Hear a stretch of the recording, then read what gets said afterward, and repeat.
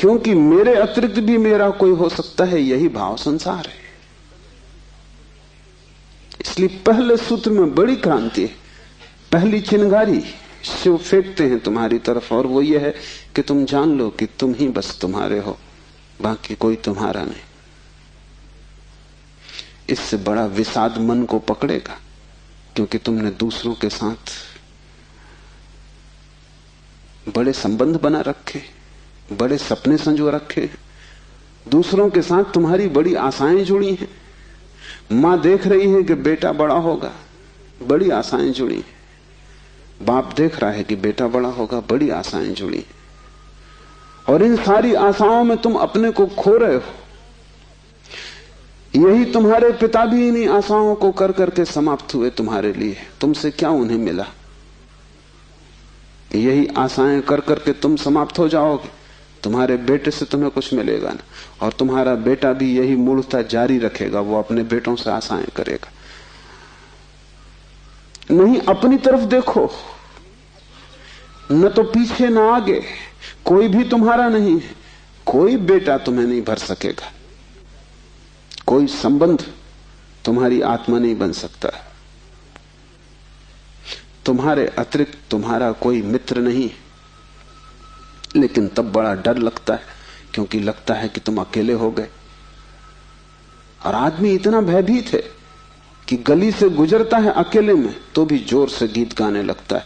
अपनी ही आवाज सुन के लगता है कि अकेला नहीं। तुम अपनी ही आवाज सुन रहे हो। बाप जब बेटे में अपने सपने रचा रहा है तो बेटे की कोई सहमति नहीं है। ये बाप खुद ही अकेले में सीटी बजा रहा है। इसलिए दुखी होगा कल, क्योंकि इसने जिंदगी भर सपने रचाए और ये सोचता है कि बेटा भी यही सपने देख रहा है। ये गलती में, बेटा अपने सपने देखेगा। तुम अपने सपने देख रहे हो, तुम्हारे बाप ने अपने सपने देखे थे। ये कहीं मिलते नहीं। हर बाप दुखी मरता है। क्या कारण होगा? क्योंकि जो जो सपने वो बांधता है वो सभी सपने बिखर जाते हैं। हर आदमी अपने सपने देखने को यहां है, तुम्हारे सपने देखने को नहीं। और तुम्हें अगर चाहिए कि एक आत्म स्थिति उपलब्ध हो जाए, एक तृप्ति मिले, तो तुम सपने किसी और के साथ मत बांधना, अन्यथा तुम भटकोगे। संसार का इतना ही अर्थ है कि तुमने अपने सपनों की नाव दूसरों के साथ बांध रखी। संन्यास का अर्थ है कि तुम जाग गए और तुमने एक बात स्वीकार कर ली, कितनी ही कष्टकर हो, कितनी ही दुखपूर्ण मालूम पड़े प्रथम, और कितना ही संघातक पीड़ा अनुभव हो, कि तुम अकेले हो। सब संग साथ झूठा है। इसका यह अर्थ नहीं कि तुम भाग जाओ हिमालय, क्योंकि जो हिमालय की तरफ भाग रहा है उसे अभी संग साथ सार्थक है, झूठा नहीं हुआ। क्योंकि जो चीज झूठ हो गई उससे भागने में भी कोई सार्थकता नहीं। कोई भी सुबह जाग के भागता तो नहीं कि सपना झूठा है, भागूं इस घर से।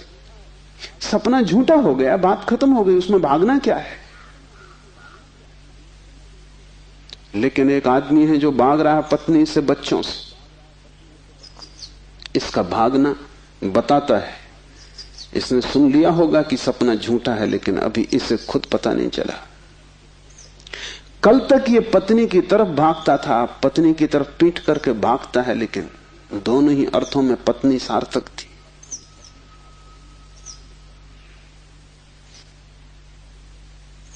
एक जैन संत हुए, गणेश वर्णी। वर्षों पहले उन्होंने पत्नी त्याग दी। साधु पुरुष थे। कोई 20 वर्ष त्याग के बाद काशी में थे, तब खबर आई कि पत्नी मर गई। उनके मुंह से जो वचन निकला वो याद रख लेने जैसा है। उन्होंने कहा, चलो झंझट मिटी। उनके भक्तों ने इस वचन का अर्थ लिया कि बड़ी वीतरागता है, थोड़ा सोचो। तो साफ हो जाएगा कि वीतरागता बिल्कुल नहीं। क्योंकि जिस पत्नी को 20 साल पहले छोड़ दिया उसकी झंझट अभी कायम थी तो ही मिट सकती है। गणित बिल्कुल सीधा और साफ है। ये पत्नी जो 20 साल पहले छोड़ दी किसी न किसी तरह छाया की तरह पीछे चल रही होगी, ये मन में कहीं सवार होगी। इसका उपद्रव कायम था। 20 साल भी इसके उपद्रव को मिटा नहीं पाए थे छोड़ने के बाद। ये मन सतत सोचता रहा होगा पक्ष में विपक्ष में।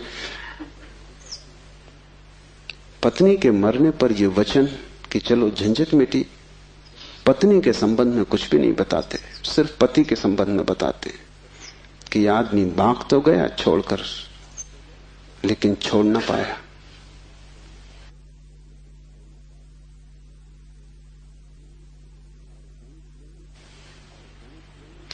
और गणेश वर्णी साधु पुरुष थे, इसलिए थोड़ा सोच लेना, साधु पुरुष भी बड़ी भ्रांति में रह सकते। उनके चरित्र में आचरण में कोई भूल चूक न थी। वे मर्यादा के पुरुष थे, ठीक ठीक नियम से चलते थे। वहां कोई जरा भी दरार नहीं पा सकता, जरा त्रुटि नहीं पा सकता। सब आचरण ठीक था, साधुता पूरी थी। फिर भी भीतर कोई बात चूक गई, हिमालय पहुंच गए, झंझट सांस चली गई। फिर दूसरी बात भी समझ लेने जैसी है, और वो ये कि अगर पत्नी के मरने पर पहला ख्याल ही आया कि झंझट मिटी, तो कहीं जाने अनजाने अचेतन में पत्नी की मृत्यु की आकांक्षा भी छिपी रही होगी। वो जरा गहरा किसी तल पर पत्नी मिट जाए, न हो, समाप्त हो जाए, ये तो हिंसा हो गई।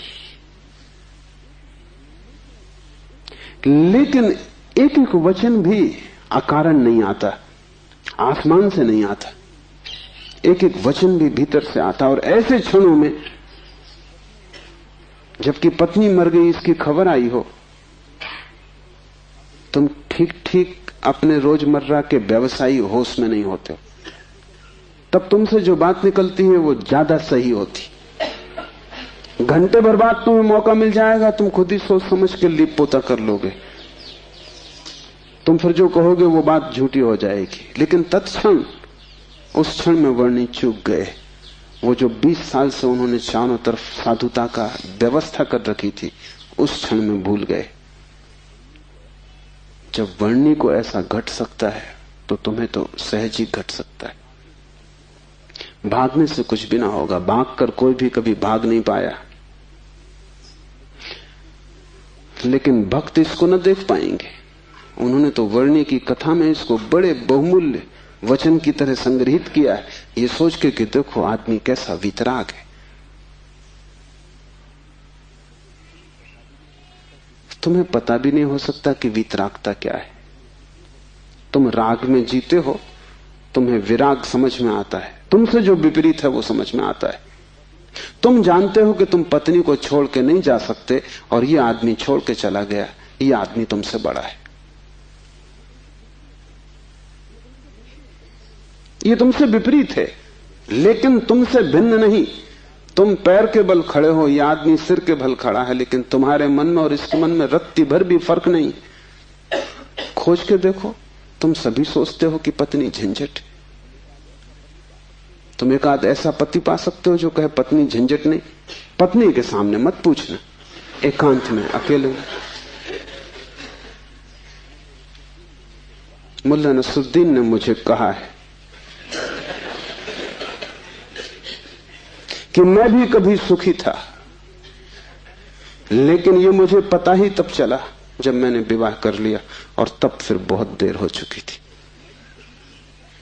मैं भी कभी सुखी था, ये पता मुझे तब चला जब मैंने विवाह कर लिया, लेकिन तब तक तो बहुत देर हो चुकी थी, सुख हाथ से जा चुका था। पति को गहराई में पूछो तो ऐसा पति खोजना कठिन है जिसने कई बार पत्नी की हत्या करने का विचार न किया हो। सपने न देखे हो कि मार डाला पत्नी को, सुबह उठ के वो भी कहेगा कैसा बेहुदा सपना। लेकिन अचेतन आकांक्षा है। जिससे झंझट पैदा होती है उसे मिटा देने का मन सीधा तर्क है, लेकिन झंझट दूसरे से कभी पैदा होती ही नहीं। पत्नी में अगर कोई उपद्रव होता तो कौन तुम्हें रोकता था? तुम सब भाग गए होते हिमालय। उपद्रव पत्नी में नहीं है, क्योंकि तुम हिमालय जाके फिर पत्नी खोज लोगे। उपद्रव तुम्हारे भीतर है।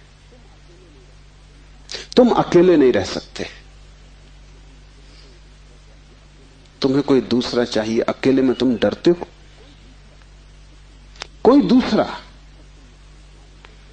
तब तुम निश्चिंत मालूम पड़ते हो। क्यों?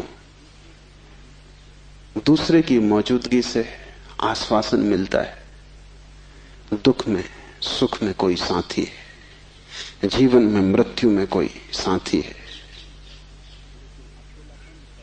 लेकिन अकेलापन स्वभाव है। और जिस व्यक्ति ने यह अनुभव कर लिया कि आत्मा ही बस मेरी है, उसने अपने अकेलेपन को अनुभव कर लिया। भागने की कोई भी जरूरत नहीं तो झंझट पीछे चली जाएगी। तुम जहां हो वहीं रहना, रत्ती भर भी बाहर कोई फर्क करने की आवश्यकता नहीं है। लेकिन भीतर तुम अकेले हो जाना, भीतर तुम कैवल्य को अनुभव करना कि मैं अकेला हूं, कोई संगी साथी नहीं। और ये तुम दोहराना मत, क्योंकि दोहराने की कोई जरूरत नहीं कि रोज सुबह बैठ के तुम दोहराओ कि मैं अकेला हूं, कोई संगी साथी नहीं। इससे कुछ भी ना होगा। ये दोहराना तो सिर्फ यही बताएगा कि तुम्हें अभी ख्याल नहीं हुआ। इसे समझना, ये तथ्य है कि तुम अकेले हो। समझने में अड़चन है, वही तपश्चर्या है। तप का अर्थ नहीं है कि तुम धूप में खड़े हो जाओ। आदमी को छोड़ के सभी पशु पक्षी धूप में खड़े, उनमें से कोई भी मोक्ष नहीं चला जा रहा है। और तप का अर्थ ये नहीं है कि तुम भूखे खड़े हो जाओ, अनशन कर लो, उपवास कर दो, क्योंकि आधी दुनिया वैसे ही भूखी मर रही है। कोई उपवास करके मोक्ष नहीं पहुंच जाता है। शरीर को गला दो, जला दो, उससे कुछ हल नहीं है। वो सिर्फ आत्महिंसा है और महानतम पाप है। और सिर्फ मूढ़ उस पाप में उतरते हैं। जिन्हें थोड़ा भी बोध है वो ऐसी नासमझियां ना करेंगे। दूसरे को भूखा मारना अगर गलत है तो खुद को भूखा मारना सही कैसे हो सकता है? दूसरे को सताना अगर हिंसा है तो खुद को सताना अहिंसा कैसे हो सकती है? सताने में हिंसा है, किसको तुम सताते हो इससे क्या फर्क पड़ता है? जो हिम्मतवर है वो दूसरे को सताते हैं, जो कमजोर है वो खुद को सताते हैं। क्योंकि दूसरे को सताने में एक खतरा है, दूसरा बदला लेगा। खुद को सताने में वो खतरा भी नहीं है, कौन बदला लेगा? कमजोर अपने को सताते हैं। तुमने कभी ख्याल किया, अगर पुरुष नाराज हो जाए तो वो पत्नी को पीटता, अगर पत्नी नाराज हो वो खुद को पीटती। ये जो पत्नी है ये साधुओं का प्रतीक है। कमजोर अपने को पीट लेता, क्या करे? ताकतवर दूसरे को पीटता है, क्योंकि उसमें खतरा तो है ही कि दूसरा क्या करेगा कौन जाने।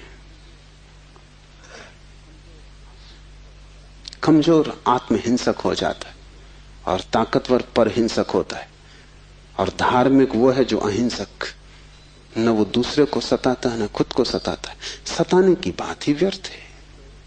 तपश्चर्या का अर्थ है कि तुमने ये सत्य स्वीकार कर लिया कि तुम अकेले हो, कोई उपाय नहीं है संगी साथी का। तुम कितना ही चाहो, कितनी ही आंखें बंद करो, सपने देखो, तुम अकेले ही रहोगे। जन्मों जन्मों से तुमने घर बसाए, परिवार बसाए, मिटाए, लेकिन तुम अकेले ही रहे हो। तुम्हारे अकेलेपन में रत्ती भर फर्क नहीं पड़ता। जिसने ये जान लिया, स्वीकार कर लिया कि मैं अकेला हूं, उसके लिए इंगित है इस सूत्र में चैतन्य आत्मा है, वही तुम्हारा और कोई तुम्हारा नहीं। और दूसरी बात इस सूत्र में है, वो है चैतन्य। आत्मा कोई सिद्धांत नहीं है कि तुम शास्त्र में पढ़ो और मान लो। आत्मा कोई, जैसे गुरुत्वाकर्षण का सिद्धांत है, ऐसा कोई सिद्धांत नहीं है। आत्मा एक अनुभव है, सिद्धांत नहीं। और अनुभव है चैतन्य की तीव्रता का। इसलिए तुम जितने चैतन्य होते जाओगे उतनी ही तुम्हें आत्मा का पता चलेगा। तुम जितने बेहोश होते चले जाओगे उतना ही तुम्हें अपना पता नहीं चलेगा, और तुम करीब करीब बेहोश हो। जो आत्मा को जानना चाहता है उसे किसी दर्शन शास्त्र की जरूरत नहीं है, उसे चैतन्य को जगाने की प्रक्रिया चाहिए, उसे विधि चाहिए जिससे वो ज्यादा चेतन हो जाए। जैसे कि आग को तुम उकसाते हो, राख जम जाती, तुम उकसा देते हो, राख झड़ जाती, अंगारे झलकने लगते। ऐसी तुम्हें कोई प्रक्रिया चाहिए जिससे तुम्हारी राख झड़े और अंगारा चमके, क्योंकि उसी चमक में तुम पहचानोगे कि तुम चैतन्य हो। और जितने तुम चैतन्य हो उतने ही तुम आत्मवान हो। जिस दिन तुम पाओगे कि मैं परम चैतन्य हूं, उस दिन तुम परमात्मा हो। तुम्हारी चेतना की मात्रा ही तुम्हारी आत्मा की मात्रा होगी। लेकिन अभी तुम करीब करीब बेहोश हो, अभी करीब करीब तुम जैसे शराब पिए हो, अभी तुम चल रहे हो, उठ रहे हो, काम कर रहे हो, लेकिन जैसे नींद में। होश तुम्हें नहीं है। कभी तुमने ख्याल किया, किताब पढ़ते वक्त तुम पूरा पेज पढ़ जाते हो, तब तुम्हें ख्याल आता है, अरे मैं पूरा पेज पढ़ भी गया और एक शब्द याद नहीं। तुमने कैसे पढ़ा होगा पूरा पेज? तुम पढ़ सकते हो सोए सोए, मन कहीं और रहा होगा, तुम पढ़ गए, तब तुम्हें होश पता चला कि ये तो पूरा पेज व्यर्थ गया। तुम कई बार रास्ते से चलते हो, तुम पूरा रास्ता चल जाते हो, तब तुम्हें ख्याल आता है कि तुम चल रहे हो। तुम काम करते हो और तुम्हें पता नहीं चलता कि तुम कर रहे हो। तुम बेहोशी में जी रहे हो और चैतन्य आत्मा है। और तुम पूछते हो क्या आत्मा है? तुम चाहते हो कोई प्रमाण दे, तुम चाहते हो कोई सिद्ध करे, कोई तर्क से तुम्हें समझा दे तो तुम भी मान लो, नहीं तो तुम नास्तिक हो जाओगे। नास्तिकता बेहोशी का सहज परिणाम है, आस्तिकता होश का फल। जितना तुम्हारा होश बढ़ेगा तो जरूरत नहीं है कि तुम मानो कि आत्मा है, क्योंकि कई ना समझ मान रहे हैं, उससे कुछ हल नहीं होता। इस मुल्क में तो सभी मानते हैं कि आत्मा है, लेकिन इससे क्या फर्क पड़ता है? तुम्हारे जीवन में कोई क्रांति इससे आती नहीं। शायद तुम इसलिए मान लेते हो कि हजारों साल से दोहराया जा रहा है। सुनते सुनते तुम्हारे कान पक गए, सुनते सुनते तुम भूल ही गए हो कि संबंध में सोचना भी है। सुनते सुनते पुनरुक्ति से आदमी सम्मोहित हो जाता है। एक ही बात बार बार दोहराई चली जाए तो तुम भूल जाते हो कि वो संदेह किया जा सकता है, विचार किया जाता है। और फिर आत्मा है, इससे तुम्हें बड़ा संतोष भी मिलता है। शरीर मरेगा ये तुम्हें पता है, आत्मा नहीं मरेगी, इससे बड़ी हिम्मत बनती है। और आत्मा कभी नहीं मरेगी, अग्नि उसे जलाएगी नहीं, शस्त्र उसे छेदेंगे नहीं, मृत्यु उसका कुछ बिगाड़ ना सकेगी। इससे तुम्हें बड़ी सांत्वना मिलती, पर सांत्वना सत्य नहीं है। आत्मा को कोई न तो स्वीकार कर सकता है सिद्धांत की तरह, और न पुनरुक्ति की तरह कोई सम्मोहित हो सकता है। आत्मा को तो केवल वही लोग जान पाते हैं जो चैतन्य को बढ़ाते हैं। इस तरह जियो कि तुम पर राख इकट्ठी ना हो, इस तरह जियो कि तुम्हारे भीतर का अंगारा जलता रहे, प्रकाशित हो।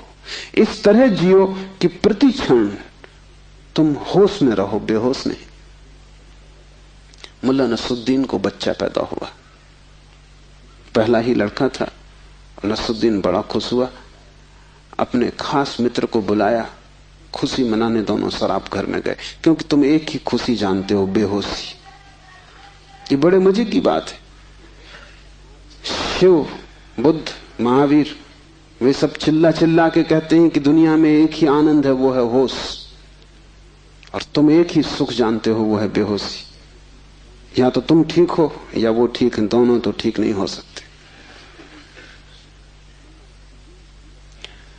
मुल्ला नसरुद्दीन सीधा शराब घर गया, बजाय अस्पताल जाने के पहले बेटे को देखता। उसने कहा कि पहले जरा आनंद कर लें, कितने दिनों का सपना पूरा हुआ। डट के दोनों पी गए। जब दोनों पी के पहुंचे अस्पताल और कांच की खिड़की में से बेटे को देखा तो मुल्ला रोने लगा। उसने अपने मित्र से कहा, पहली तो बात मेरे जैसा मालूम नहीं होता। अपना उन्हें पता नहीं है, अभी खुद की शक्ल भी वो पहचान ना सकेंगे, लेकिन मेरा जैसा नहीं मालूम होता। और दूसरी बात, बड़ा छोटा दिखाई पड़ता है। इतने छोटे बच्चे को लेके करेंगे भी क्या? ये बचेगा? मित्र ने कहा, मत घबराओ, जब मैं पैदा हुआ था तो मैं भी 3 ही पाउंड का था। नसरुद्दीन ने कहा, फिर तुम बचे?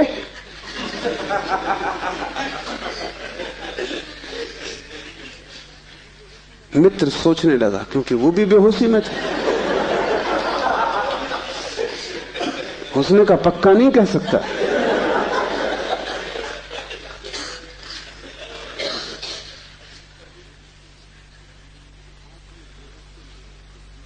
आदमी बेहोशी में है, उसके जीवन का सारा परिप्रेक्ष्य, उसकी सारी दृष्टि उसकी बेहोशी से भर जाती, सब धुआं धुआं हो जाता है।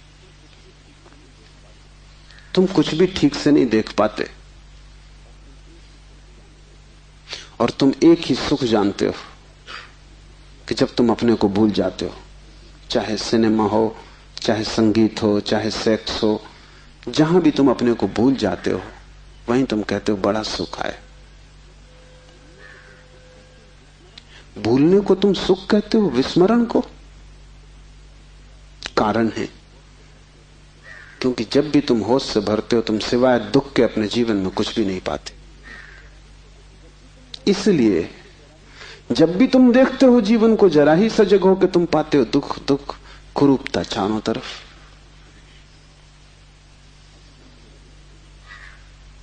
एक मेरे मित्र अविवाहित ही रह गए, उनसे मैंने पूछा कि क्या हुआ, कैसे चूक गए? तो उन्होंने कहा कि बड़ी अड़चन आई। जिस स्त्री को मैं प्रेम करता था, जब मैं शराब पी लेता तब वो मुझे सुंदर मालूम पड़ती, तब मैं शादी करने को राजी, लेकिन तब वो राजी नहीं। और जब मैं होश में होता तब मैं राजी नहीं, तब वो राजी होती थी। इसलिए चूक गए, कोई उपाय ना हुआ, मेल ना हो सका। तुम जब भी आंख खोल कर देखोगे सब तरफ कुरूपता और दुख पाओगे। जब तुम बेहोश होते हो तब सब ठीक लगता है। इसलिए तुम्हें तकलीफ मालूम पड़ती, चैतन्य आत्मा असंभव। इसलिए दुख से गुजरना होगा। उसको ही तपश्चर्या कहा है। जब कोई व्यक्ति जागना शुरू करता है तो पहले तो उसे दुख में से ही गुजरना होगा, क्योंकि तुमने जन्मों जन्मों तक दुख अपने चारों तरफ निर्मित किए हैं। कौन उनसे गुजरेगा तुम अगर न गुजरे तो? इसको हमने कर्म कहा है। कर्म का कुल इतना ही अर्थ है कि जन्मों जन्मों तक हमने चारों तरफ दुख निर्मित किए, जाने अनजाने हमने दुख की फसल बोई है, काटेगा कौन? तो जब भी तुम होश में आते हो तुम्हें फसल दिखाई पड़ती, बड़ी लंबी, इस खेत से तुम्हें गुजरना पड़ेगा। डर के मारे तुम वहीं बैठ जाते हो, फिर आंख बंद करके शराब पी लेते हो कि ये तो बहुत झंझट का काम है। लेकिन जितनी तुम शराब पीते हो उतनी ये फसल बढ़ती जाती। हर जन्म तुम्हारे कर्म की श्रृंखला में कुछ और जोड़ जाता है, घटाता नहीं। तुम और भी गर्त में उतर जाते हो, नरक और करीब आ जाता है। होश से भरोगे तो पहला तो घटना ये घटने ही वाली है कि तुम्हारे जीवन में चारों तरफ दुख दिखाई पड़ेगा, नरक, क्योंकि तुमने वो निर्मित किया है। और अगर तुमने हिम्मत रखी, साहस रखा और तुम उस दुख से गुजर गए, तो जिस दुख से तुम सचेतन रूप से गुजर जाओगे वो फसल कट गई। उन दुखों से तुम्हें न गुजरना पड़ेगा फिर। और अगर एक बार तुम सारी दुख की श्रृंखला से गुजर जाओ, कर्म की श्रृंखला से, क्योंकि वो तुम्हारी आत्मा के चारों तरफ बंधी हुई जंजीरें, अगर तुम उन सब से गुजर जाओ और होश न खो और हिम्मत जारी रखो कि कोई फिक्र नहीं, जितना दुख मैंने पैदा किया है मैं गुजरूंगा, मैं अंत तक जाऊंगा। मैं उस प्रथम घड़ी तक जाना चाहता हूं जब मैं निर्दोष था और दुख की यात्रा शुरू ना हुई थी, जब मेरी आत्मा परम पवित्र थी और मैंने कुछ भी संग्रह न किया था दुख का। मैं उस समय तक प्रवेश करूंगा ही, चाहे कुछ भी परिणाम हो, कितना ही दुख, कितनी ही पीड़ा। अगर तुमने इतना साहस रखा तो आज नहीं कल दुख से पार होकर तुम उस जगह पहुंच जाओगे जहां शिव का सूत्र तुम्हें समझ में आएगा, चैतन्य आत्मा है। और एक बार तुम अपने भीतर के चैतन्य में प्रतिष्ठित हो जाओ, फिर तुमसे कोई दुख पैदा नहीं होता, क्योंकि बेहोश आदमी अपने चारों तरफ दुख पैदा करता है। तुमने देखा है शराबी को चलते हुए रास्ते पर वो कैसा डगमगाता है? ऐसी तुम्हारी जिंदगी है, कहीं पैर रखते हो कहीं पड़ता है, कहीं जाना चाहते हो कहीं पहुंच जाते हो, कुछ करना चाहा था कुछ और ही हो जाता है, कुछ कहने निकले थे कुछ और ही कह के घर लौट आते हो। इसे तुम रोज देख रहे हो, फिर भी तुम समझ नहीं पाते कि क्यों हो रहा है। तुम गए थे किसी से क्षमा मांगने और झगड़ा करके वापस आ गए। होश में हो तुम बात प्रेम की कर रहे थे, दुश्मनी हो गई।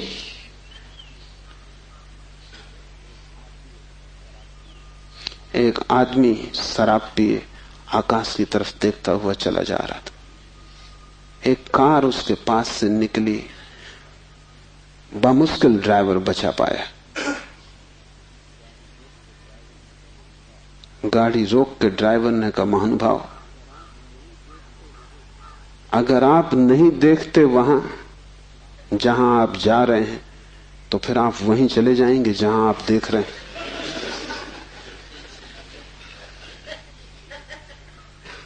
और हमें कुछ पता भी नहीं कि हम कहां जा रहे हैं, क्यों जा रहे हैं, कहां देख रहे हैं, क्यों देख रहे हैं, चले जा रहे हैं। क्योंकि एक बेचैनी है भीतर जो बैठने भी नहीं देती, एक शक्ति है भीतर जो चलाए चली जाती है। फिर हम जो भी करते वो सबके उल्टे परिणाम आते हैं। लोग मेरे पास आते हैं, वो कहते हैं हमने बदी तो कभी की नहीं, नेकी की और फल बदी मिल रहा है। ऐसा हो नहीं सकता कि तुम नेकी करो फल में बदी मिले। ऐसा हो नहीं सकता कि तुम आम के बीज बो और नीम के फल लगे। ऐसा हो नहीं सकता। इतना ही हो सकता है कि तुम ऐसे बेहोशी में बोए होगे, बोए तुमने नीम के ही फल, तुम होश में न थे, क्योंकि वृक्ष थोड़ी झूठ बोलेगा। तुम ही कहीं बोते वक्त भूल में पड़े होगे। तुम जब नेकी भी करते हो तब भी तुम्हारा नेकी करने का मन नहीं होता। तुम सच भी बोलते हो तो तुम दूसरे को चोट पहुंचाने के लिए सच बोलते हो। तुम सच बोलते हो दूसरे के अपमान के लिए। तुम सच बोलते हो जैसे तुम सच का उपयोग एक घातक हथियार की तरह कर रहे हो। तुम्हारे सत्व कड़वे होते, सत्य के कड़वे होने की कोई भी जरूरत नहीं, लेकिन मजा तुम्हें कड़वेपन में है, सत्य में तुम्हें मजा भी नहीं है। तुम्हारा झूठ सदा मीठा होता है, तुम्हारा सत्य सदा कड़वा होता है। बात क्या है? क्या कड़वापन सत्य का स्वभाव है? क्या मिठास झूठ का हिस्सा है? नहीं। झूठ को तुम चलाना चाहते हो, तुम उसे मीठा बनाते हो, क्योंकि अगर वो मीठा ना होगा तो चलेगा नहीं। एक तो झूठ चलना मुश्किल, मिठास के सहारे ही चलेगा। जैसे कड़वी दवा की गोली पर हम मीठी परत चढ़ा देते, बच्चा मीठी गोली समझ के खा लेता है, और जब तक कड़वेपन का पता चलता है तब तक गोली भीतर जा चुकी है। तुम झूठ को मीठा बनाते हो क्योंकि तुम झूठ चलाना चाहते हो। तुम सत्य को कड़वा बनाते हो क्योंकि सत्य से तुम केवल चोट करना चाहते हो, उसको चलाना नहीं चाहते। तुम सत्य बोलते ही तब हो जब तुम सत्य का इस तरह उपयोग कर सको कि वो झूठ से बदतर साबित हो, तभी तुम बोलते हो। तुम बेहोश हो, तुम्हारे कृत्यों का तुम्हें कुछ पता नहीं है कि तुम क्या कर रहे हो। इसे थोड़ा होशपूर्वक देखना शुरू करो। जो तुम बोलना चाहते हो वही बोले या तुम कुछ और बोल गए? क्या तुमने यही सोचा था बोलने के लिए जो तुम बोले? मार्क ट्वेन लौटता था एक रात, उसकी पत्नी ने पूछा, घर आया तो पत्नी ने पूछा कैसा रहा व्याख्यान? वो व्याख्यान देने गया था। उसने कहा कौन सा व्याख्यान? जो मैंने तैयार किया था वो, या जो मैंने वहां दिया वो, या जो मैं चाहता था कि देता वो? कौन सा व्याख्यान? एक तो आदमी तैयार करता है और एक आदमी फिर जो देता है, उसमें बड़ा फर्क है। और फिर एक जो घर लौटते वक्त तो सोचता है दिया होता है। वो तीनों अलग अलग हैं। होश में हो। सब निशाने तुम्हारे चूक जाते हैं। तुम्हारी जिंदगी में कभी भी कोई निशाना लगा? आंख बंद करके भी आदमी तीर चलाता रहे तो कभी ना कभी निशाना लगेगा। मैंने सुना है कि अगर बंद घड़ी भी दीवार पे टंगी रहे तो 24 घंटे में 2 बार सही समय बताएगी। तुम्हारी जिंदगी में ऐसा भी नहीं आया कि 2 बार भी तुमने सही समय बताया होता। तुम बंद घड़ी से गए बीते हो।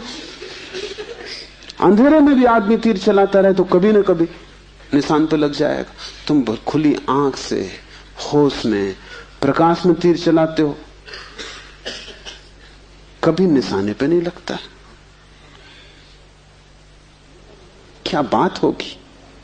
मुल्ला नसरुद्दीन को बड़ा शौक था हिरन की शिकार करने का। तीसरी बार जब वो शिकार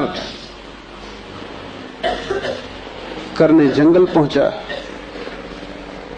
और जंगल के विश्राम गृह में उसने अपना सामान रखा और तैयारी की, और जब सूटकेस खोला तो उसमें एक बड़ी फोटो रखी थी और पत्नी ने उस फोटो के नीचे लिखा था, मुल्ला हिरन इस तरह का होता है। उन्हें शिकार का शौक था लेकिन हिरन का पता नहीं था।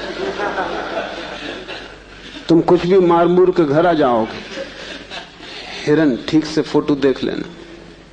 तुम सब जगह चूक गए हो। वही तुम्हारे जीवन का दुख है और चूकने का कुल कारण है कि तुम होश में नहीं हो। इसलिए जो भी करो होशपूर्वक करो। उठो तो भी होशपूर्वक, चलो तो भी होशपूर्वक। महावीर ने कहा है विवेक से चलो, विवेक से बैठो, विवेक से भोजन करो, विवेक से बोलो, विवेक से सो तक। महावीर से कोई पूछता है कि साधु कौन, तो महावीर ने कहा जो अमूर्छित है। और असाधु कौन, तो महावीर ने कहा जो मूर्छित है।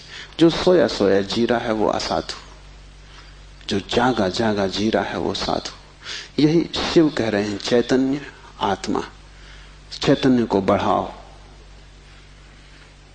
धीरे धीरे आत्मा की झलक तुम्हारे जीवन में आनी निश्चित है। दूसरा सूत्र है ज्ञानम बंधा। ज्ञान बंध है। बड़ी हैरानी का सूत्र है। ज्ञान के बहुत अर्थ हैं। एक तो जब तक तुम इस ज्ञान से भरे हो कि मैं हूं, तब तक तुम अज्ञान में रहोगे, क्योंकि मैं अज्ञान है, अहंकार अज्ञान है। जिस दिन तुम आत्मा से भरोगे उस दिन हूंपन तो रहेगा, मैंपन नहीं रहेगा। मैं हूं, इसमें से मैं तो कट जाएगा, सिर्फ हूं रहेगा। इसे थोड़ा प्रयोग करके देखो। कभी किसी वृक्ष के नीचे शांत बैठकर खोजो कि तुम्हारे भीतर मैं कहां है। तुम कहीं भी ना पाओगे। हूं तो तुम सब जगह पाओगे, मैं तुम कहीं भी ना पाओगे। सब जगह तुम्हें अस्तित्व मिलेगा, लेकिन अस्तित्व के साथ अहंकार तुम्हें कहीं भी ना मिलेगा। अहंकार तुम्हारी निर्मिति है, वो तुम्हारा बनाया हुआ है, वो झूठा है, वो असत्य है, उससे ज्यादा अप्रामाणिक और कुछ भी नहीं।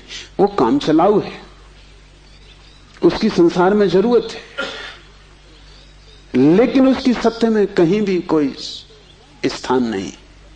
तो एक तो मैं हूं, ये ज्ञान बंध का कारण है। मेरा बोध, हूपन का बोध नहीं। हूपन का बोध तो शुद्ध है, उसमें कोई सीमा नहीं है। जब तुम कहते हो हूं, तो तुम्हारे हूं में और वृक्ष के हूं में कोई फर्क होगा? तुम्हारे हूं में और मेरे हूं में कोई फर्क होगा? जब तुम सिर्फ हो तो नदियां, पहाड़, वृक्ष सभी एक हो गए। जैसे ही मैंने कहा मैं, वैसे ही मैं अलग हुआ। जैसे ही मैंने कहा मैं, वैसे ही तुम टूट गए, पर हो गए, अस्तित्व से मैं पृथक हो गया। हूपन ब्रह्म है और मैं मनुष्य की अज्ञान दशा है। जब तुम जानते हो कि सिर्फ हूं, तब तुम्हारे भीतर केंद्र नहीं होता, तब सारा अस्तित्व एक हो जाता है। तब तुम उस लहर की तरह हो जो सागर में खो गई। अभी तुम उस लहर की तरह हो जो जम के बर्फ हो गई है, सागर से टूट गई है। ज्ञानम बंधा, पहला तो ज्ञान बंध है, इस बात का ज्ञान कि मैं हूं। दूसरा ज्ञान बंध है वो सब ज्ञान जो तुम बाहर से इकट्ठा कर लिए हो, जो तुमने शास्त्रों से चुराया है, जो तुमने सद्गुरुओं से उधार लिया है, जो तुम्हारी स्मृति है, वो सब बंधन है। उससे तुम्हें मुक्ति ना मिलेगी। इसलिए तुम पंडित से ज्यादा बंधा हुआ आदमी ना पाओगे। मेरे पास सब तरह के लोग आते, सब तरह के मरीज, उसमें पंडित से ज्यादा कैंसर ग्रस्त कोई भी नहीं। उसका इलाज नहीं, वो ला इलाज है। उसकी तकलीफ यह है कि वो जानता है, इसलिए न वो सुन सकता न वो समझ सकता। तुम उससे कुछ बोलो, इसके पहले कि तुम बोलो उसने उसका अर्थ कर लिया है। इसके पहले कि वो तुम्हें सुने उसने व्याख्या निकाल ली। शब्दों से भरा हुआ चित्त जानने में असमर्थ हो जाता है। वो इतना ज्यादा जानता है बिना कुछ जाने, क्योंकि सब जाना हुआ उधार है। शास्त्र से अगर ज्ञान मिलता होता तो सभी के पास शास्त्र है, ज्ञान सभी को मिल गया होता। ज्ञान तो तब मिलता है जब कोई निशब्द हो जाता है, जब वो सभी शास्त्रों को विसर्जित कर देता है, जब वो उस सब ज्ञान को जो दूसरों से मिला है वापस लौटा देता है जगत को, जब वो उसे खोजता है जो मेरा मूल अस्तित्व है, जो मुझे दूसरे से नहीं मिला। इसे थोड़ा समझो, तुम्हारा शरीर तुम्हें मां और पिता से मिला है। तुम्हारे शरीर में तुम्हारा कुछ भी नहीं है। आधा तुम्हारी मां का दान है, आधे तुम्हारे पिता का दान है। फिर तुम्हारा शरीर तुम्हें भोजन से मिला है, वो जो रोज तुम भोजन कर रहे हो। 5 तत्वों से मिला है, वायु है, अग्नि है, 5 तत्व हैं, उनसे तुम्हें मिला है। इसमें तुम्हारा कुछ भी नहीं है। लेकिन तुम्हारी चेतना तुम्हें 5 तत्वों में से किसी से भी नहीं मिली है। तुम्हारी चेतना तुम्हें मां और पिता से भी नहीं मिली है। तुम जो जो जानते हो वो तुमने स्कूल विश्वविद्यालय से सीखा है, शास्त्रों से सुना है, गुरुओं से पाया है। वो तुम्हारे शरीर का हिस्सा है, तुम्हारी आत्मा का नहीं। तुम्हारी आत्मा तो वही है जो तुम्हें किसी से भी नहीं मिली। जब तक तुम उस शुद्ध तत्व को न खोज लोगे जो निपट तुम्हारा है, जो तुम्हें किसी से भी नहीं मिला है, न मां ने दिया, न पिता ने, न समाज ने, न गुरु ने, न शास्त्र ने, वही तुम्हारा स्वभाव है। ज्ञान बंद है क्योंकि वो तुम्हें इस स्वभाव तक न पहुंचने देगा। ज्ञान ने ही तुम्हें बांटा है। तुम कहते हो मैं हिंदू, तुमने कभी सोचा कि तुम हिंदू क्यों हो? तुम कहते हो मैं मुसलमान, तुमने कभी विचारा कि तुम मुसलमान क्यों हो? हिंदू और मुसलमान में फर्क क्या है? क्या उनका खून निकाल के कोई डॉक्टर परीक्षा करके बता सकता है कि हिंदू का खून है, ये मुसलमान का खून? क्या उनकी हड्डियां काट के कोई बता सकता है कि हड्डी मुसलमान से आती है कि हिंदू से आती है? कोई उपाय नहीं। शरीर की जांच से कुछ भी पता न चलेगा, क्योंकि दोनों के शरीर 5 तत्वों से बनते हैं। लेकिन अगर उनकी खोपड़ी की जांच करो तो पता चल जाएगा कि कौन हिंदू है कौन मुसलमान है, क्योंकि दोनों के शास्त्र अलग, दोनों के सिद्धांत अलग, दोनों के शब्द अलग। शब्दों का भेद है तुम्हारे बीच। तुम हिंदू हो क्योंकि तुम्हें एक तरह का ज्ञान मिला जिसका नाम हिंदू, दूसरा जैन है क्योंकि उसे दूसरे तरह का ज्ञान मिला जिसका नाम जैन। तुम्हारे बीच जितने फासले हैं, दीवालें हैं, वो ज्ञान की दीवालें, और सब ज्ञान उधार। तुम एक मुसलमान बच्चे को हिंदू के घर में रख दो, वो हिंदू की तरह बड़ा होगा, वो ब्राह्मण की तरह जनेऊ धारण करेगा, वो उपनिषद और वेद के वचन उद्धृत करेगा। और तुम एक हिंदू के बच्चे को मुसलमान के घर रख दो, वो कुरान की आयत दोहराएगा।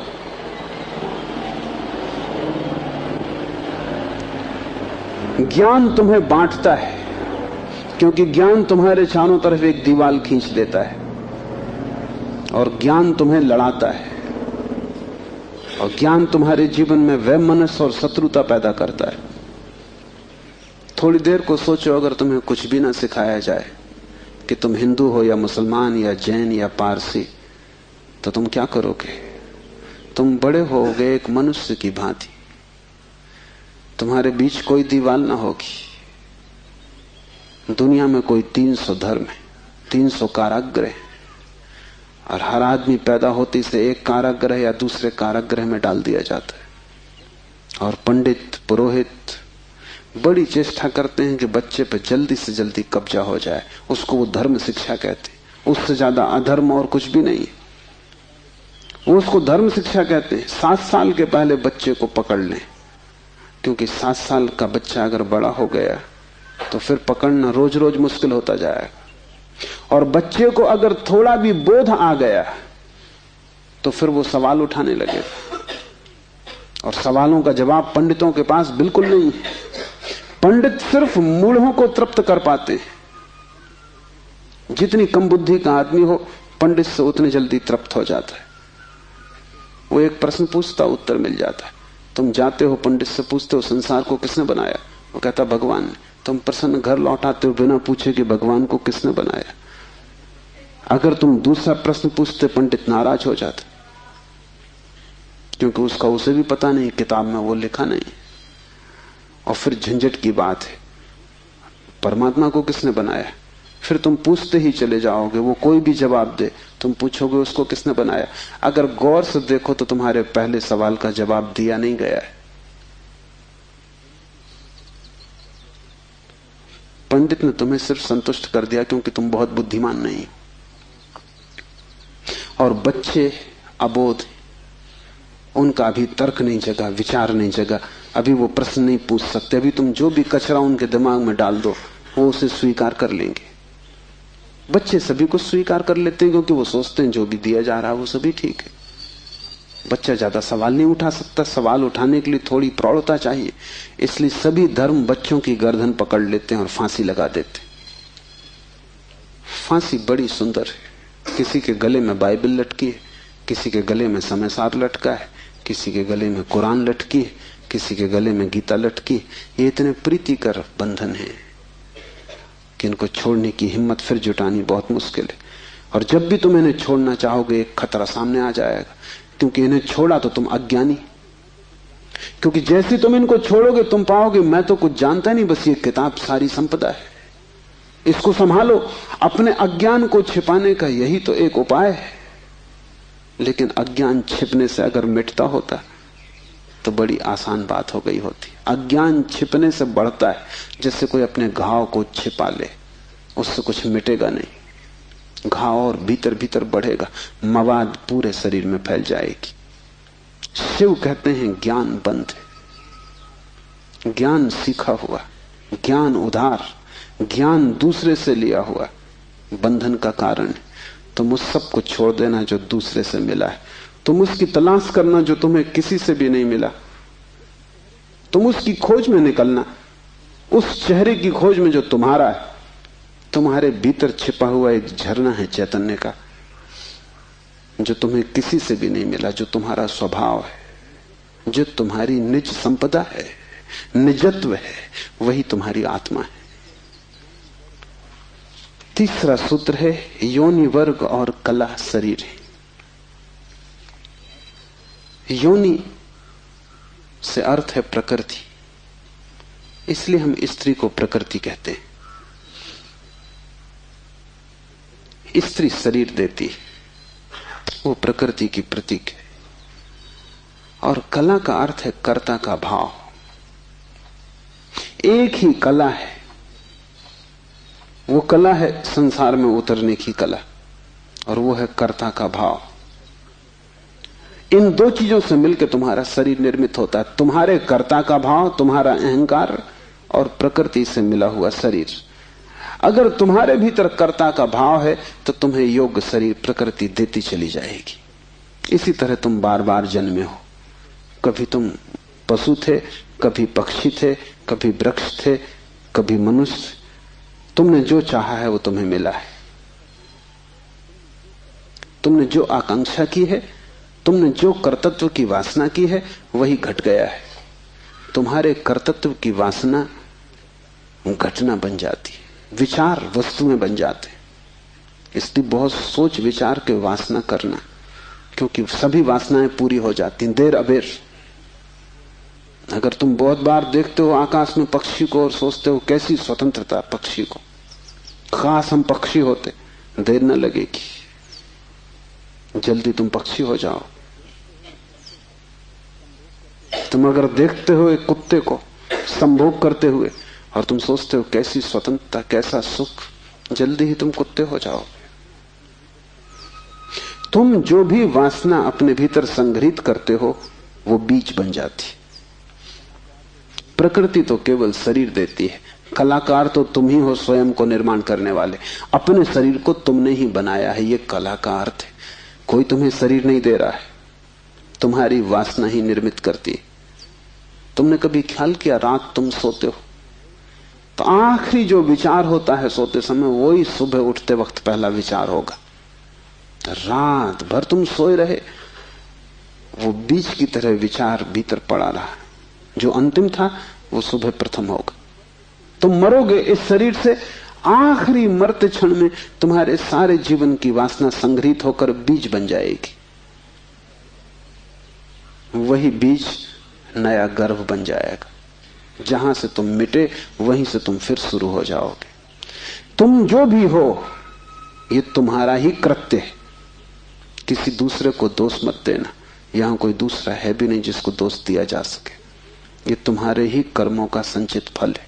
तुम जो भी हो, सुंदर कुरूप, दुखी सुखी, स्त्री पुरुष, तुम जो भी हो, ये तुम्हारे ही कृत्यों का फल है।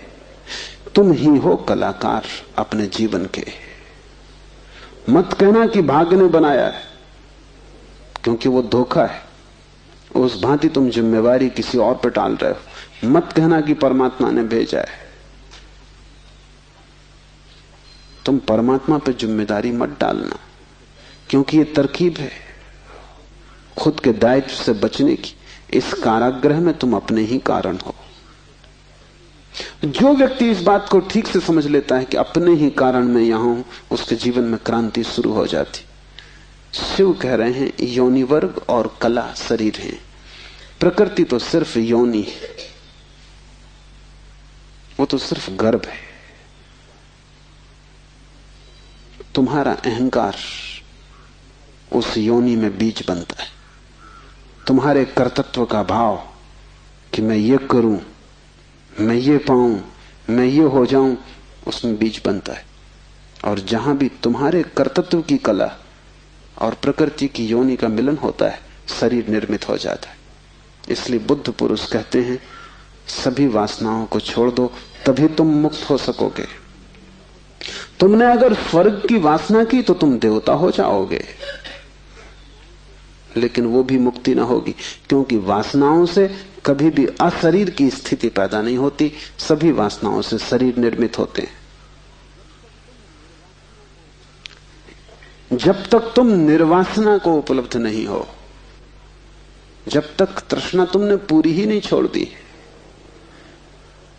तब तक तुम नए शरीरों में भटकते रहोगे। और शरीर के ढंग अलग हों, शरीर की मौलिक स्थिति एक ही जैसी है। शरीर के दुख समान है, चाहे पक्षी का शरीर हो चाहे आदमी का शरीर हो, दुखों में कोई भेद नहीं है। क्योंकि मौलिक दुख है आत्मा का शरीर में बंध जाना। मौलिक दुख है कारागृह में प्रविष्ट हो जाना। फिर कारागृह की दीवारें वर्तुलाकार हैं कि त्रिकोण हैं कि चौकोन हैं, उससे कोई हल नहीं होता, उससे कुछ फर्क नहीं पड़ता है। तुम भला सोचते हो फर्क पड़ता है। एक मेरे मित्र हैं, ड्राइंग के शिक्षक हैं, उन्हें जेल हो गई। लौटे 3 साल बाद तो मैंने उनसे पूछा कैसे रहे दिन, कैसे कटे दिन। उन्होंने कहा और तो सब ठीक था, लेकिन मेरी कोठरी के कोने 90 कोण के नहीं थे। वो ड्राइंग के शिक्षक हैं, उनकी बुद्धि वो 90 कोण के नहीं थे कोठरी के कोने। उनकी असली तकलीफ 3 साल यही रही, क्योंकि उसी कोठरी में रहना और बार बार देखना वो कोना, वो 90 कोण का नहीं। तो जो बात उन्होंने मुझसे कही वो ये कि तो और तो सब ठीक था, बाकी कुछ अड़चन ना थी, लेकिन कोने ठीक 90 के नहीं थे। कोने 90 के हों कि 90 के ना हो, इससे क्या बुनियादी फर्क पड़ेगा। कारागृह कारागृह, पक्षी का शरीर के आदमी का बहुत फर्क नहीं पड़ता। बंद तुम हो गए वही दुख है, बंध गए तुम वही दुख है। वासना बांधती, वासना है रज्जु जिससे हम बंधते हैं। और ध्यान रखना, तुम्हारे अतिरिक्त और कोई जिम्मेवार नहीं है। उद्धमो भैरवा, चौथा सूत्र है उद्धम ही भैरव है। उद्धम उस आध्यात्मिक प्रयास को कहते हैं जिससे तुम इस कारागृह के बाहर होने की चेष्टा करते हो। भैरव शब्द पारिभाषिक है। भा का अर्थ है भरण, रा का अर्थ है रवण, वा का अर्थ है वमन। भरण का अर्थ है धारण, रवण का अर्थ है संहार और वमन का अर्थ है फैलाना।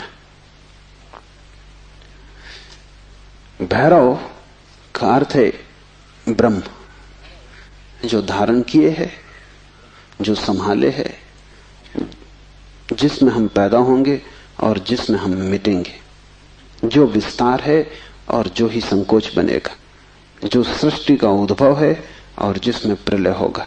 मूल अस्तित्व का नाम भैरव है। शिव कहते हैं उद्धम ही भैरव है। और जिस दिन भी तुमने आध्यात्मिक जीवन की चेष्टा शुरू की, तुम भैरव होने लगे, तुम परमात्मा के साथ एक होने लगे। तुम्हारी चेष्टा की पहली किरण और तुमने सूरज की तरफ यात्रा शुरू कर दी। पहला ख्याल तुम्हारे भीतर मुक्त होने का, और ज्यादा दूर नहीं है मंजिल, क्योंकि पहला कदम करीब करीब आधी यात्रा है। उद्धम भैरव है।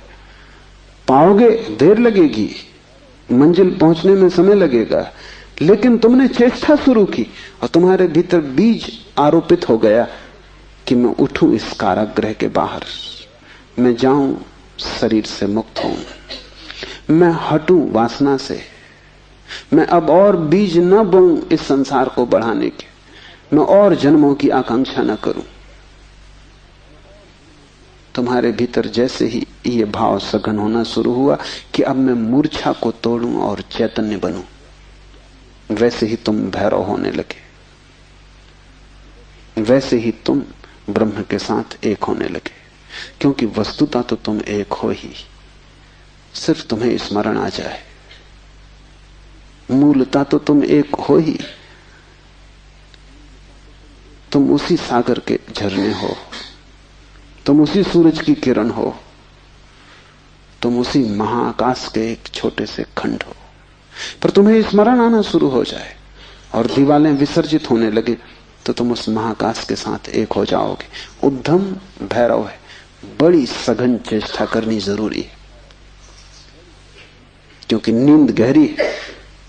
तोड़ोगे सतत तो ही टूट पाएगी, आलस्य करोगे संभव नहीं होगा। आज तोड़ोगे कल फिर बना लोगे तो फिर भटकते रहोगे। एक हाथ से तोड़ोगे दूसरे से बनाते जाओगे तो श्रम व्यर्थ होगा। उद्यम का अर्थ है तुम्हारी पूरी चेष्टा संलग्न हो जाए। लोग मेरे पास आते हैं, वो कहते हैं हम करते हैं लेकिन कुछ हो नहीं रहा, और मैं उनकी शक्ल देखता हूं वो करते हैं ही नहीं, या ऐसा मरे मरे करते हैं जैसे मक्खियां उड़ा रहे हैं। उनके करने में कोई प्राण नहीं है, इसलिए नहीं होता। लेकिन वो आते ऐसे हैं जैसे कि वो परमात्मा पे कोई बड़ी कृपा कर रहे हैं कि करते हैं और नहीं हो रहा, तो शिकायत लेके आए कि कहीं कुछ गड़बड़ हो रही, कहीं कोई अन्याय हो रहा है, कि दूसरों को हो रहा है हमें नहीं हो रहा। इस जगत में अन्याय होता ही नहीं। इस जगत में जो भी होता है न्याय है, क्योंकि यहां कोई आदमी नहीं बैठा है न्याय अन्याय करने को। जगत में तो नियम है, उन्हीं नियमों का नाम धर्म है। तुम अगर इस क्षेत्र से चले गिरोगे, टांग टूट जाएगी, तो तुम जाके अदालत में ये नहीं कहोगे कि गुरुत्वाकर्षण के कानून पर एक मुकदमा चलाता हूं, तो अदालत कहेगी तुम तिरछे मत चलते। गुरुत्वाकर्षण तुम्हें गिराने में उत्सुक नहीं है, न तुम्हें संभालने में उत्सुक है। तुम जब सीधे सीधे चलते हो वही तुम्हें संभालता है, जब तुम तिरछे चलते हो वही तुम्हें गिराता है। न गिराने की उसकी कोई आकांक्षा है, न संभालने की। तटस्थ है जगत का नियम, उस तटस्थ नियम का नाम धर्म है। उसको हिंदुओं ने रित कहा है। वो परम नियम है, वो तुम्हारी तरफ पक्षपात नहीं करता कि किसी को गिरा दे किसी को उठा दे। तुम जैसे ही ठीक चलने लगते हो वो तुम्हें संभालता है, तुम गिरना चाहते हो वो तुम्हें गिराता है। वो हर हालत में उपलब्ध है। तुम जैसा भी उसका उपयोग करना चाहते हो वो तुम्हें खुला है, उसके द्वार बंद नहीं है। तुम सिर ठोकना चाहते हो दरवाजे से, सिर ठोक लो। तुम दरवाजा खोल के भीतर जाना चाहते हो, भीतर चले जाओ। वो तटस्थ है।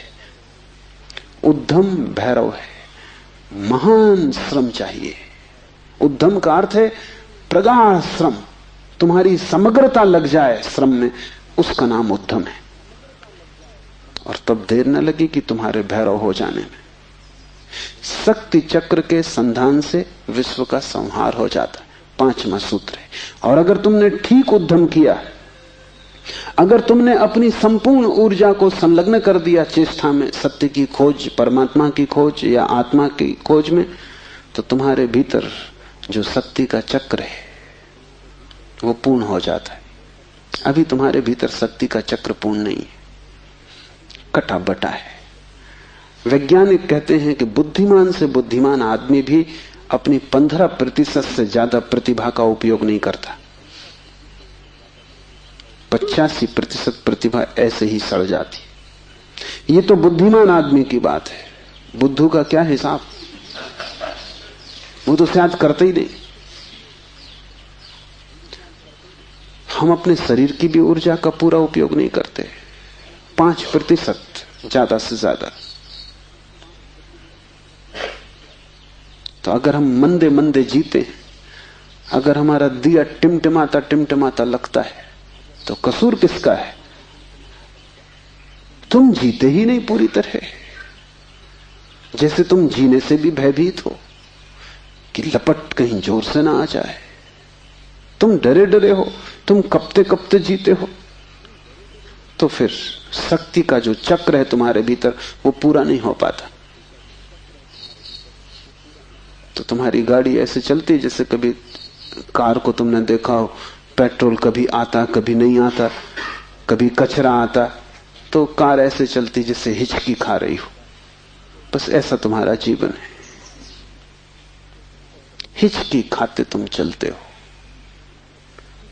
जरा जरा सी शक्ति के खंड खंड आते हैं, अखंड शक्ति नहीं हो पाती। जिस चीज में भी तुम अपनी पूरी शक्ति लगा दोगे, वो कोई भी हो चीज, अगर तुम चित्र बनाते हो और चित्रकार हो और तुमने अपनी पूरी शक्ति को चित्र बनाने में लगा दिया, पूरी कि रत्ती भर बाकी ना बची, तो तुम वहीं से मुक्त हो जाओगे, क्योंकि वही उद्यम पूर्ण होते ही भैरव हो जाता है। अगर तुम एक मूर्तिकार हो, तुमने सब कुछ मूर्ति में समाहित कर दिया कि मूर्ति बनाते समय तुम ना बचे, बस मूर्ति ही बची, तो शक्ति का चक्र पूरा हो जाता है। जब तुम पूरी शक्ति को निमज्जित करते हो किसी भी कृत्य में, वही ध्यान हो जाता है। भैरव निकट, मंदिर पास आ गया। 5वां सूत्र है, शक्ति चक्र के संधान से विश्व का संहार हो जाता है। और जब भी तुम्हारी शक्ति का चक्र पूरा होता है, टोटल, समग्र, अंश अंश नहीं, पूर्ण, उसी क्षण तुम्हारे लिए विश्व समाप्त हो गया। तुम्हारे लिए फिर कोई संसार नहीं, तुम परमात्मा हो गए, तुम भैरव हो गए, तुम मुक्त हो। फिर तुम्हारे लिए न कोई बंधन है, न कोई शरीर है, न कोई संसार है। पूर्ण शक्ति का प्रयोग स्मरण रखना। इस समाधि साधना शिविर में अगर तुमने पूरी शक्ति को लगाया, ऐसे ही ऊपर ऊपर नहीं ध्यान किए, पूरी शक्ति लगा दी, तो तुम अनुभव करोगे कि जिस क्षण शक्ति पूरी लग जाएगी, उसी क्षण, फिर क्षण भर की देर नहीं लगती, अचानक संसार खो जाता है, परमात्मा सामने आ जाता है। तुम्हारी शक्ति का पूरा लग जाना ही तुम्हारे जीवन की क्रांति हो जाती। फिर संसार की तरफ पीठ, परमात्मा की तरफ मुंह हो जाता है। इसकी तुम्हें एक झलक भी मिल जाए तो फिर तुम वही ना हो सकोगे जो तुम पहले थे। उसकी एक झलक काफी, फिर तुम्हारा जीवन उसी यात्रा में संलग्न हो जाए। तो ध्यान रखना, यहां पूरा अपने को डुबाना तो ही कुछ हो सकेगा। अगर तुमने थोड़ा भी अपने को बचाया तो तुम्हारा श्रम व्यर्थ है। जब तक श्रम उद्यम ना बन जाए, पूर्ण टोटल एफर्ट ना बन जाए, तब तक भैरव की उपलब्धि नहीं। आज इतना ही।